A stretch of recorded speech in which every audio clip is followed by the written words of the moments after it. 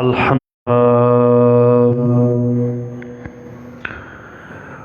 خصوصا على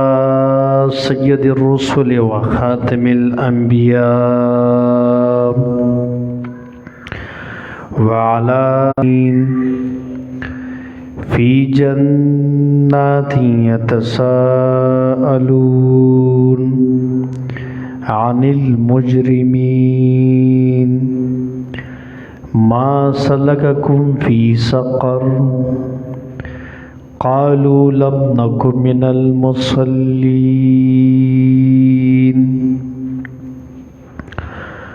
وقال رسول الله صلى الله عليه وسلم العهد الذي بيننا وبينهم الصلاة فمن تركها فقد كفر أو كما قال النبي صلى الله عليه وسلم.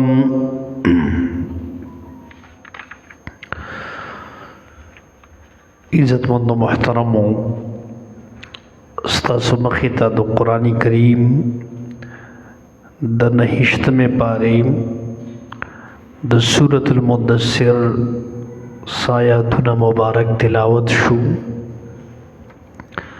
او دې سره د نبی کریم صلی الله علیه وسلم یو ارشاد هم تلاوت شو. په دې آیاتونو کې او په دې حدیث د رسول الله صلی الله علیه وسلم کې الله جل شانه او داغه حبیب سید الرسول خاتم النبیین حضرت محمد صلی الله علیه وسلم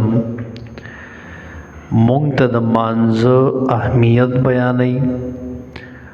او څوک چې مونځ نه کوي اهتمام نه کوي د هغې انجام راته ښیي. په دین اسلام کې د مونځ انتهایی زیات اهمیت دی او دا د الله فریضه ده. دا د ټول دین بنیاد دی او اساس دی او په دې باندې د ټول اسلام د امارت ولاړ دی. یعنی کم سړی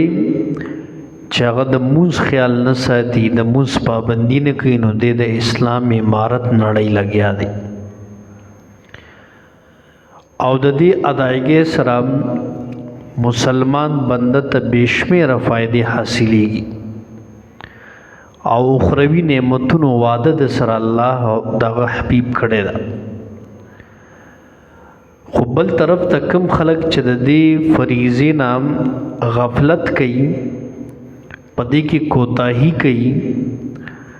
نو انتهایی سخت سزا هم په قرآن او په حدیث کې دایي ښودلی شوې ده. خو افسوس نن دا دی چې د امت اکثر مسلمانان نن د مونځ هغه رنګ قدر او خیال نه ساتي څنګه چې د دې حق دی. هغه رنګ پابندي نه کوي څنګه چې الله د دې اهمیت په قرآن کریم کې بیان کړی دی او په حدیث کې رسول الله صلی الله علیه وسلم ښودلی دی. د دې وجه نه نن زموږ چې کومه موضوع ده نو هغه د مونځ پرېښوستو نقصاناتو حوالې سره ده چې څوک مونځ پرېږدي دا فریضه پرېږدي د دې خیال نه ساتي نو دا د څومره نقصان وکړو څومره خساره کې دا انسان پرېوته د پته نشته. علما وایي دا مونځ چې څوک پرېږدي او نه کوي دا فریضه نه پوره کوي نو اول د خپل ایمان ضیاع وکړه ځکه قرآن کریم کې مونځ ته ایمان هم ویلې شوی دی. قرآن سورہ بقرہ آیت نمبر 143 کې الله رب العزت فرمائی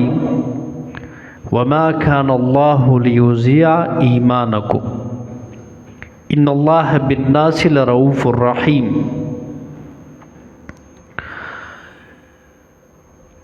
کله چې صحابه کرامو نبی علیہ السلام هجرت کو مدینه ته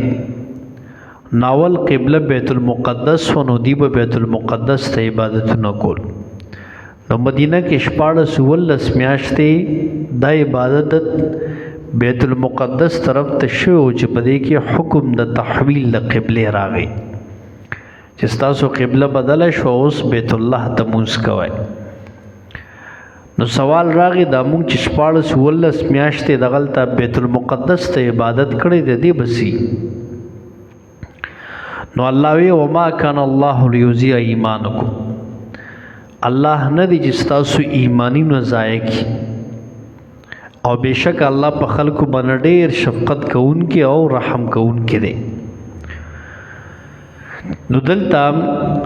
مفسرین وی د دې ایمان نه څه مراد دی وی د ایمان نه مراد دی صلاتکم عند البیت دنه مراد منځ دی الله نه ضایع کوي تاسو د منځونه کوم چې تاسو بیت المقدس ته کړی هغه وخت کې نو ګورئ منځ ته سوی ایمان ورته وي نو یو کس چې کله منځ نه کوي نو دکې گویا ایمان نشته دا سړی د ایمان ضایع کول کوي لګیا دی ځکه منځ د مؤمن د ایمان نښه ده تبا مومن پیجنې په دې باندې دغه سي الله رب العزت په سورې روم کې فرمایلی دي چې منیبین الیه واتقوه واقیموا الصلاة ولا تکونوا من المشرکین اے تاسو په دین باندې قائم اوسئ په داسې حال کې چې تاسو انابت کوونکې دی الله ته رجوع کوونکې د الله نه یره کوي او واقیم الصلاة د منځ پابندي کوي منځ قائموي نو بیا وی ورپسې جمله کې ولا تکونوا من المشرکین د مشرکانو غونډه مکیږي مشرک سړی منځ نه کوي کافر سړی منځ نه کوي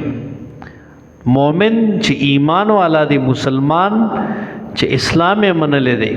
او دی بل لازمی د منځ پابندي کوي نو دلته موږ د ایمان او د کفر هغه فرق چې وخدلو هغه منځ وخدلو چې ولا تکونو من المشرکین مشرکان غونډه کافر غونډه مکیږي او یو بل روایت کې نبی علیہ السلام بیا ردی تشریح کړي او دا خبره خو واضحه کړي ده چې د کفر او د ایمان منځ کې فرق هغه ګوري منځ دی د سیدنا جابر رضی اللہ عنہ روایت تے حدیث د مسلم شریف تے دیوی چې ما د نبی کریم صلی الله علیه وسلم نه د ارشاد اوریدلې دي چاغی دا سے فرمایلی وو ان بین الرجل و بین الشرک والکفر ترک الصلاة چې بشکا مومن بندا او د کفر او شرک په منځ کې فرق هغه د منځ ترک ته ګوري مطلب دا چې چا منځ پرې خونو د عمل د کفر او کو عمل د شرک او کو کافر سړی مشرک سړی منځ نه کوي نو مؤمن چې نه کوي دا مغه سره مشابهت د اختیار کو او بیا حدیث د ابن ماجه کې خو نبی علیہ السلام ډیر واضح خبره کړې ده العهد الذي بيننا وبينهم الصلاة فمن تركها فقد كفر نبی علیہ السلام وی زمون او د دې کافر منځ کې هغه فرق چي دي نو هغه ګوري مونږ دی فمن ترکها چا چې د مونږ پرې خوست نو فقط کفر یقینا د کفر وکړو مطلب د کفر والا عمل وکړو محدثین بیا وی چې زمونږه او د کافر منځ کې دا فرق مونږ ولې خودلې دي ودا زکا چې ګورته یو ځای کې لاړ شوالتا مختلف مذهبونو والا خلق دي او مختلف غیر مسلم هم دي مسلمانان هم دي غیر مذهب خلق دي نو بده کې چې کله آزان وشي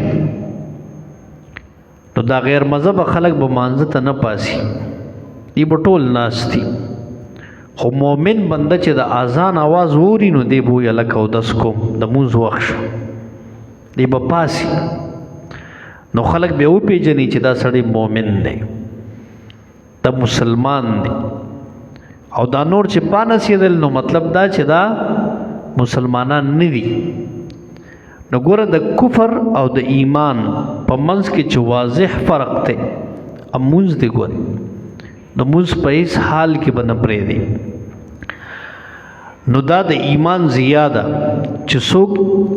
مونځ پرېږدي نو دا گویا ایمان خپل ضایع کوي صحابه کرام رضوان الله عنهم اجمعین به د مونځ ډېر اهتمام کو او د دې متعلق د سیدنا عمر فاروق رضی الله عنه یو فتوا وره سیدنا مسعود بن مخزمه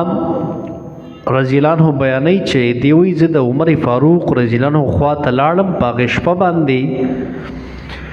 چې په کومه شپه هغه زخمی شو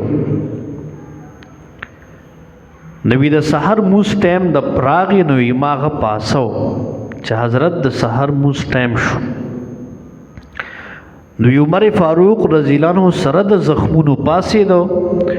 او ویدیو فرمایل چې ولا حظ فی الاسلام لمن ترک الصلاة دا هغه سړی په اسلام کې هیڅ حصہ نشته چې هغه مونځ پرېږدي او وی سره دغه بیماری نه مونځ ته ودرېده او موږ ورته کتل چې د زخمونو نه وینې روانې دي خو مونځ یې پرېنښ مونځ ته ودرېده صحابو ته پته ورته د اهمیت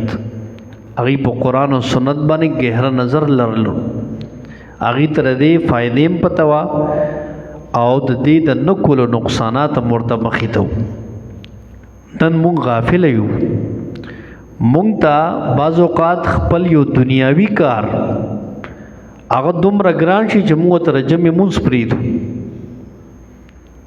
دنیا کې دونه مشغول شو چې فرض مونځ مونږ نه قضا شي دا ډېره د خسارې خبره ده اوس به مخکې تاسو واورئ چې فرض مونځ د دنیاوي کارونو دپاره پرېښودل دا تا ډېره غټه خساره وکړه د دې نه اوس ته نه خبرېږي خو چې کله دا د دوکې سترګې پټې شي او حقیقي سترګې دې هلته وغړېږي نو تا ته به د خپلې خسارې پته ولګي دلته ته نه خبر د وجه نه صحابو متعلق راځي وی کان اصحاب محمد لا يرون شيئا من الاعمال ترکه کفرا غیر الصلاة وی د محمد صلی الله علیه وسلم صحابه کرام په دې اعمالو کې د مونځ پرېښودل به کفر ګڼلو مونځ به هغوی چتم نه پرېښو دا به د کفر کار ګڼلو چې کافران مونځ نه کوي مسلمانان خو به کوي تا به هغوی دومره اهمیت وله ورکو نو دې خبرو د دې روایاتو نه معلومه شوه چې مونځ پرېښودل دا د ایمان ضایع کول دی او د ایمان بربادي ده یو نقصان خدا شو دویم نقصان د ذمہدارۍ خاتمه ده ګوره کوم سړی مسلمان چې مونځ کوي نو اسلام دله د مال جان تحفظ ورکوي الله د مال هم نه خرابوي او د جان هم نه خرابوي مونځ کې حفاظت دی او اسلامک سٹیٹ کې داغه سړی مال جان هر څه محفوظ سوق چې دغه سي د اسلام د احکاماتو پابندي کوي یو سړی د اسلام د احکاماتو خیال نه ساتي نو اسلامک سٹیٹ دغه دا مال جان تحفظ ذمہ دار بیان دی دې حواله سره په حدیث کې روایت راغلی دی د ابو درداء رضی الله عنه سیدنا ابو درداء رضی اللہ عنہ وی ماتا نبی کریم صلی اللہ علیہ وسلم وصیت کړو د سنن ابن ماجه روایت دی وی ماتا نبی علیہ السلام په دې خبرو وصیت کړو یو راته ویلو چې لا تشرک بالله شیئا وان قطعت وحرقت اے ابو درداء یو ګوره الله سره شرک چتاو نه کی د الله په ذات کې په صفاتو کې دغه مخلوق هغه سره شریک نه کی شرک د نه چته ونشي ګوري خوا که ته ټوکړې ټوکړې کړی شي او په اور کې وسوځولی شي خو شرک ګورې مه کوه ځکه شرک الله نه معاف کوي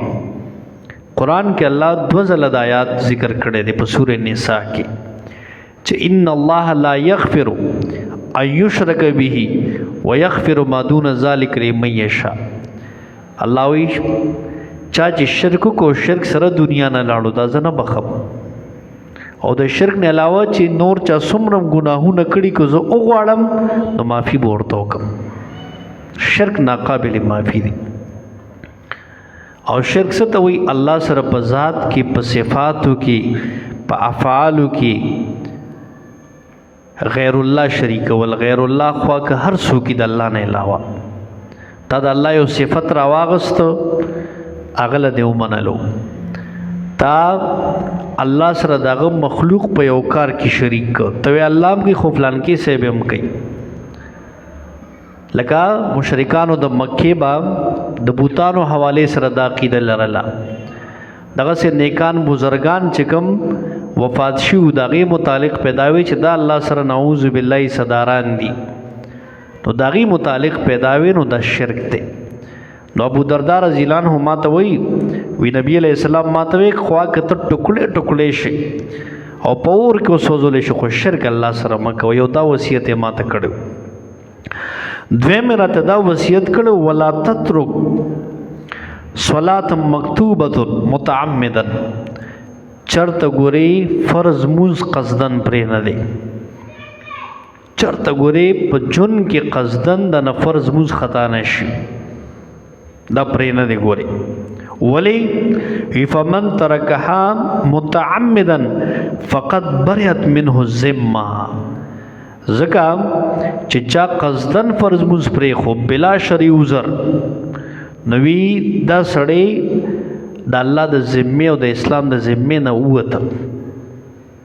الله ذمہ داری بیا نه ده چې د حفاظت وکړي د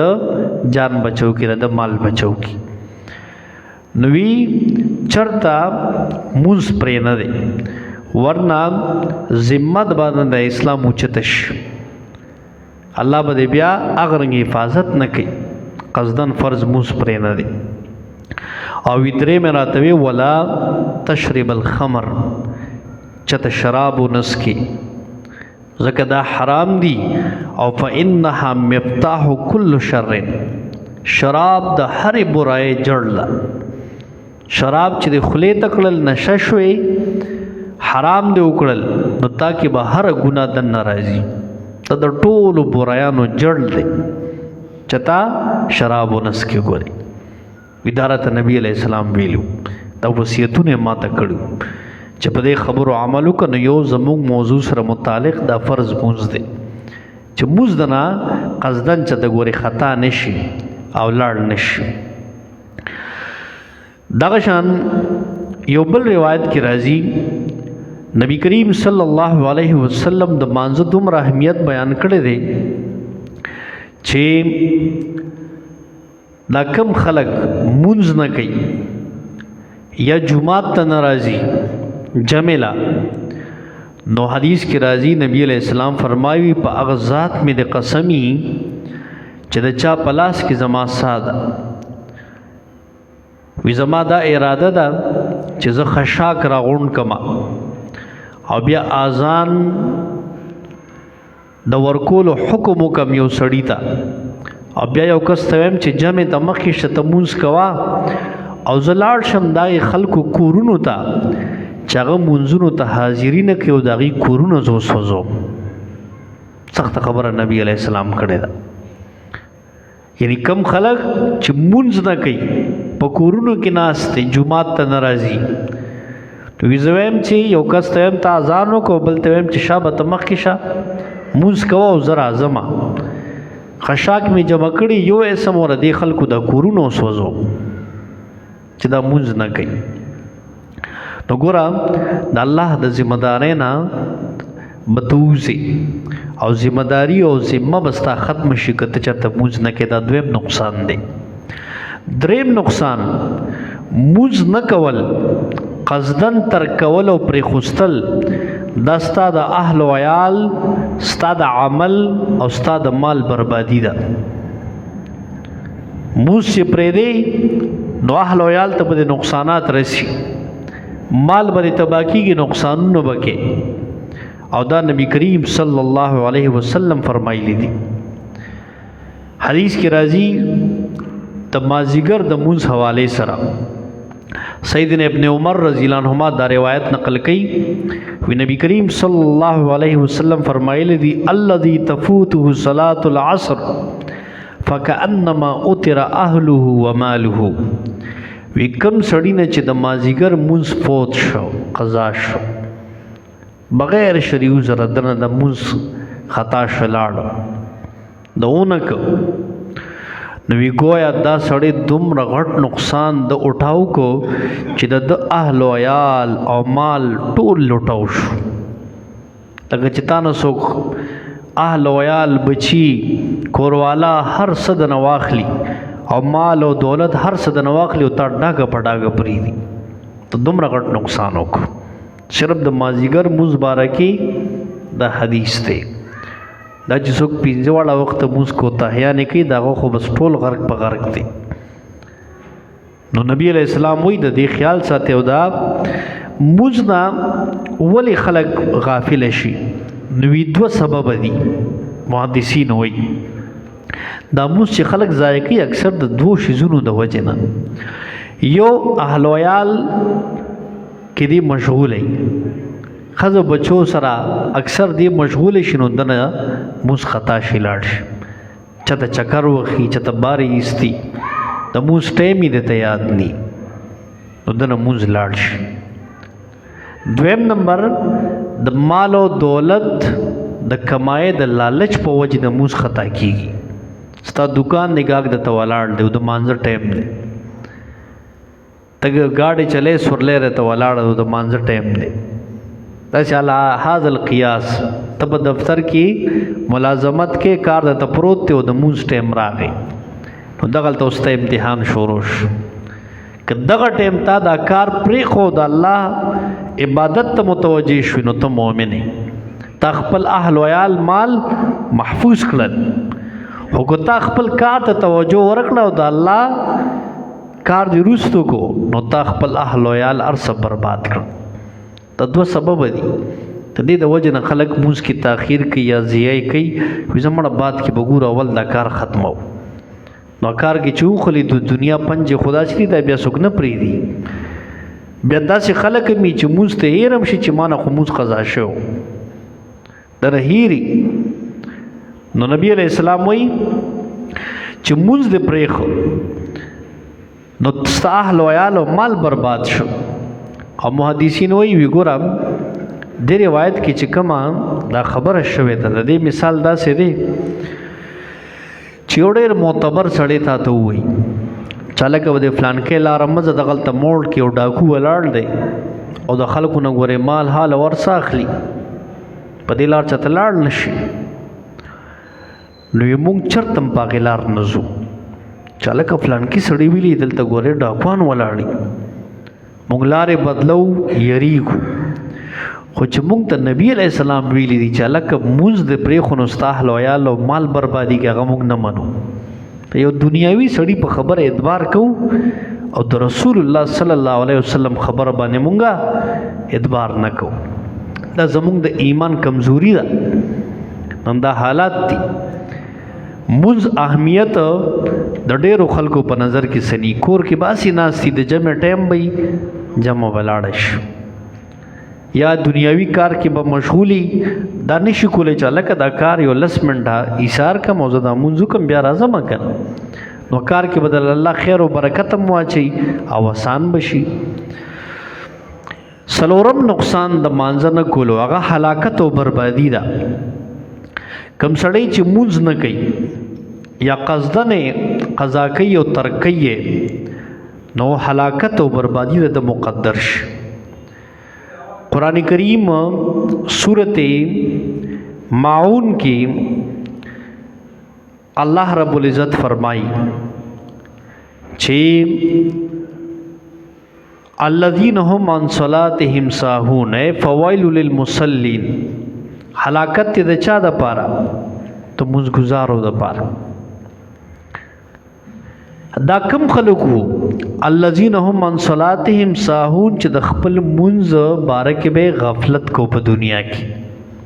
تو دا مزګزار د هلاک شي د خپل منځ نه مدا خبرو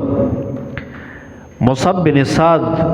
رضی الله عنه دیوی ما د خپل والد سعد بن ابي وقاص رضی الله عنه نه تاسو کو چې د دین سم مراد دي چې الذين هم عن صلاتهم ساهون چې دا خلک به د خپل مانځنه دی غفلت کو دینه سو وسوسه وغیرہ مراد ده یا بل څه مراد دي دوی ما ته وی چې نه د دی غفلت نه مراد موږ به د خپل وخت نه لیټ کو دغه مراد دي هغه مزګزار دی هلاک شي چې د مانځه ټیم شو دی په وخت مونږونه کی ته دا دغه خلک تی مراد دي بعضی خلک کی مونږ قضا کوي یا سی بیسن رو رو سستی کوي شیطان وته وسوسه چولی چې مړه لا ټیم شته ودرېګا جملم نه پاسي ورګه مړه بس چمودري کی بیا به ور شو کنه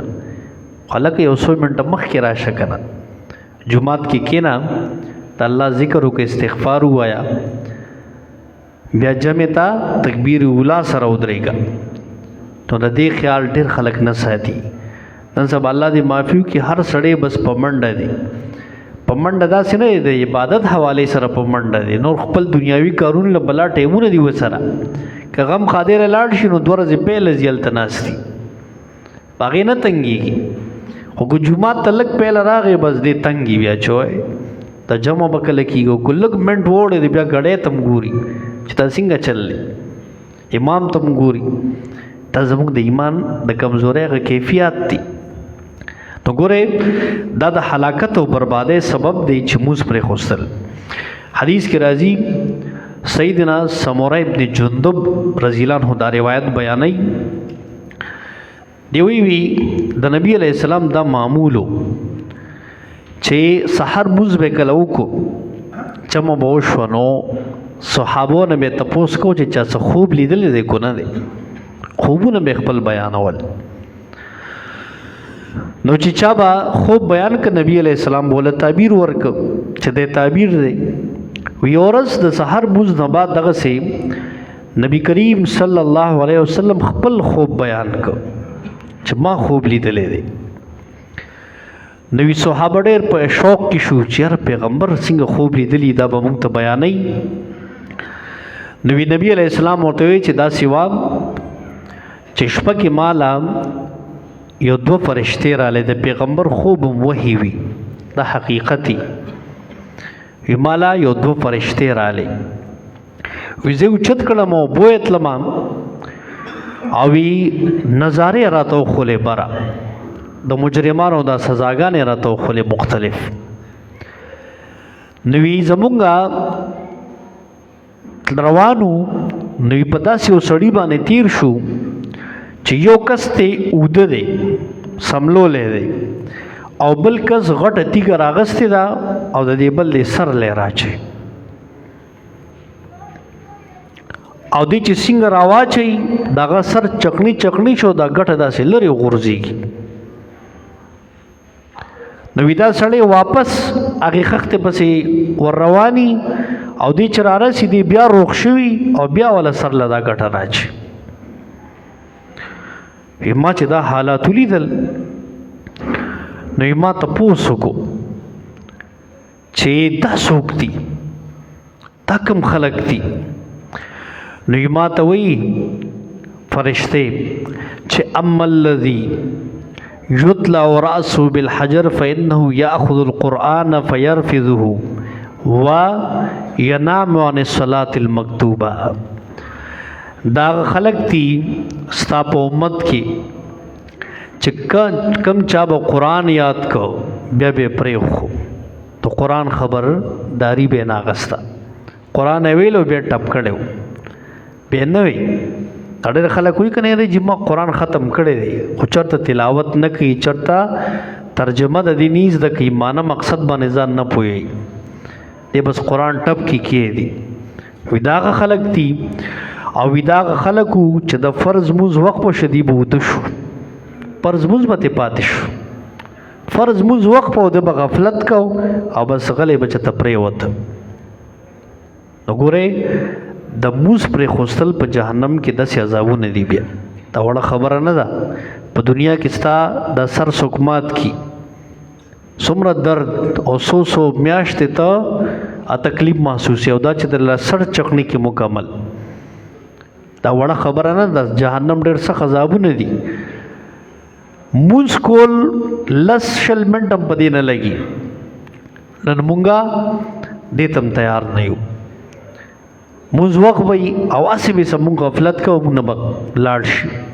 فضولیاتو کې باخته یو اوسګار به یا زیات نه زیات یو دنیاوی کار کې باخته یو چای کې زموږ 2 روپے ګټه وي دا 2 روپے ګټه شاته کا موز له توجه ورکا الله به یو په زره بدلی او ګټه بدل کی خو ته په دې حقیقت پوه نه او بل پینځم نقصان دا چې میدان حشر کې هم د دې سړی رسوایی مقدری دا چا چې دنیا کې مونږ پریخي قیامت کې داسې حالات دي چې وی دا مجرمان الله رب العزت دوی براولی اے یوم یکشف عن ساق ویدعون الى السجود فلا یستطيعون وی الله با دا پنده خپل ښکارا کی څنګه چې د الله شان دی یا دا خلق به ډېر تکلیف نه پنده اوچتی کی دا کل نه کله سړی باندې سخت حالات را شدید پنسیو چتای داسي داسې حالات وي دوی با سجدو ترابل شي خپل ته دوی د سجدو طاقت نه لري ولی وی دا حالات په دنیا کې چې وقت کانوا یدعون الى السجود وهم سالمون دنیا کې به الله دوی ته وی چې راشه منځو کې سجدو لراشه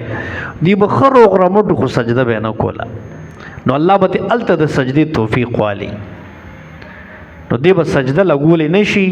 مطلب دا چې د باندې د جهنم فیصله بیا کی دی روغ رمټو دنیا کې او د الله ته سجده نه لګول موږ به نه کو نو التبا د سجدي توفیق ته الله ولې ګوره دم په توفیق باندې دا ګوري هر سړی الله خپل کور ته نه رابلی خپل ځان ته په سجده نه غورځي دا چې الله تعالی توفیق ورکي دا یو کسو ریلوے سټیشن نه راکوشو نو وی یا قولی وی الته سامان وړي نو هغه ته چې دا سامان را سره یو سا وی بده کې اذان شو قولی وته وی چې صاحب سامان د سروړم خودي مونږ کوم نو ماته لګو ګورا نو وی چې زه ته مونږ کا زبر انتظار کوم وی بده کې هغه مزدور مزل دن شنو لګوخه و لګو نو دا مالک دا چا سامان چوڑو دی او په ډېر غوسه کې ورغی چې ځکه نه لکه دا سب چا نیولې په دې جمعات کې روزي نه نو هغه چې دا وریدل هغه وته چې صاحب زه خو الله نیولې هم دنه نه مې را پریدي خو ته چا نیولې چې الله دې جمعات ته نه را پریدي ډېر عجیب خبره ورته وکړه چې ته شیطان نیولې دا کم خلکو له چې الله توفیق نه ورکړي نو دې په خپل عمل باندې غور وکړي چې ما ولې الله خپل جمعات او کور ته نه پریدي ما ولې الله سجدي ته نه پریدي خو زه چا نیولم یو سړی کې جمعات کې ډېر وخت تیر کې دا د کامیابی ده عبادت کې ډېر وخت تیر کې قرآن سره وخت تیر کې دا د کامیابی ده دی الله یې سار کړي توفیق ولا ور کړي دی خدا کم خلک چې بار دی او ناراضي نو دوی ایمان په خطر کې دی نو بهرحال دا څه د مانځو حواله سره هغه نقصاناتو چې کوم مسلمان د مانځه اهتمام نه کوي نو داسې نقصانات سره د مخکیږي په کار دی چې مونږه د منځونو خو اهتمام وکړو او موږ په صورت پرې نه دو قرآن کې آیات تی سورې مدثر کې چې جنتیانو ته الله د جهنميان خي چرا شوي ګوري نو ودا جنتیان چې کله جهنميان وګوري ته دی ډېر بد حالت نو دی به ورته ما سلککم فی سقر هې دا تاسو د سقر نه دی جهنم ورته چار اوسته سقر د جهنم یو طبقه ده دلته چار اوسته تاسو ډېر سخت تکلیف کیه نو دی به ورته وای چې وقالو دی به ورته دا خبره کوي چې موږ داسې خلکو لم نکم من المصلین موږ دنیا کې مونځونه نه کول. غټه وجه دا وه موږ مونځ چېرته نه کوو، د الله عبادت له وخت نه ورکوو. نن ځکه موږ د سقر ته راغلي یو او په دې سخت عذابونو کې ګیر یو. نو جهنم ته راتلو غټ سبب مونځ نه کول دي. نو بهرحال په کار ده چې د 5 واړه وختو مونځونو اهتمام بنده کوي. نن سبا خو غټې شپې دي، سهار مونځ لم خلک ښه په ارام پاڅېدی شي، په باندې 6 بجې د سهار جمع کېږي. نو په اسانه باندې یو سړی چې ډېر خوب وکړي نو تنګ هم شي په خوب خلک. نو په کار چې تهجد لپاسي دې سره سره اکثر 2 منځونو کې خلک ډېره کوتاهي کوي، د سهار او د ماسخوتن. نو چې دې کې موږ نه کوتاهي ونشي، او دا د منافق علامه ښودلې شوې ده چې کوم سړی سهار مونځ کې ماسخوتن مونځ کې کوتاهي کوي. الله دې په دې خبرو موږ له عمل توفیق راکړي او موږ ټول دې الله مونځ ګزار کړي.